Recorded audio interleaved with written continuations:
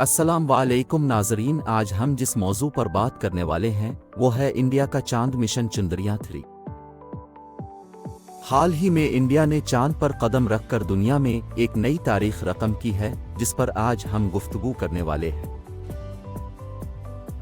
چندریان-3 خلائی جہاز کی چاند پر کامیاب لینڈنگ کے بعد بھارت دنیا کا چوتھا ملک بن گیا ہے جس نے یہ کارنامہ سر انجام دیا ہے، جو خلائی ٹیکنالوجی میں بھارت کی بڑھتی ہوئی صلاحیت کا عملی اظہار ہے۔ ہندی اور سنسکرت میں چندریان کا مطلب چاند کی گاڑی ہے، اور بھارت کافی عرصے سے اس مشن کی کامیابی پر کام کر رہا تھا۔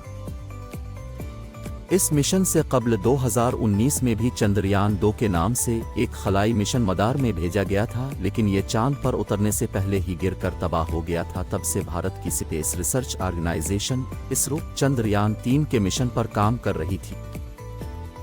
واضح رہے کہ امریکہ، روس اور چین کے بعد بھارت دنیا کا چوتھا ملک ہے جو کئی سالوں کی مسلسل کوششوں سے چاند پر اپنا خلائی مشن بھیجنے میں کامیاب ہوا ہے، جس پر بھارتی حکومت اور عوام کی خوشی یقیناً قابل فہم ہے۔ ہندوستانی خلائی جہاز چندریان-3 چاند کے قطب جنوبی پر اترا ہے۔ یہ ایک نامعلوم علاقہ ہے جس پر پہلی دفعہ کوئی خلائی جہاز اترا ہے۔ چاند کے اس خطے کے بارے میں سائنسدانوں کا خیال ہے کہ یہ منجمد پانی اور قیمتی عناصر کے اہم ذخائر پر مبنی ہو سکتا ہے۔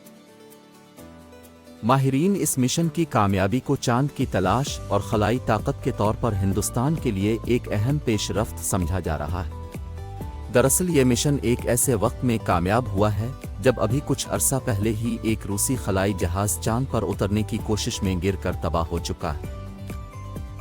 سیاسی مبصرین کا کہنا ہے کہ چاند کا یہ کامیاب مشن وزیر اعظم نریندر مودی کے لیے عالمی برادری کے درمیان اپنی پوزیشن کو مضبوط کرنے کا باعث بننے کے ساتھ ساتھ وہ اس کا فائدہ اگلے سال ہونے والے عام انتخابات میں بھی اٹھانے کی کوشش کریں گے، جس سے ان کی مقبولیت بڑھنے کا امکان ظاہر کیا جا رہا ہے۔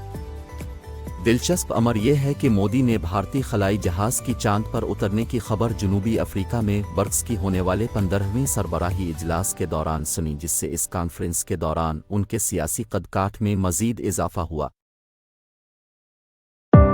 اطلاعات کے مطابق اس تازہ ترین مشن پر 74.6 ملین امریکی ڈالرز کی لاگت آئی ہے، جو دوسرے ممالک کے مقابلے میں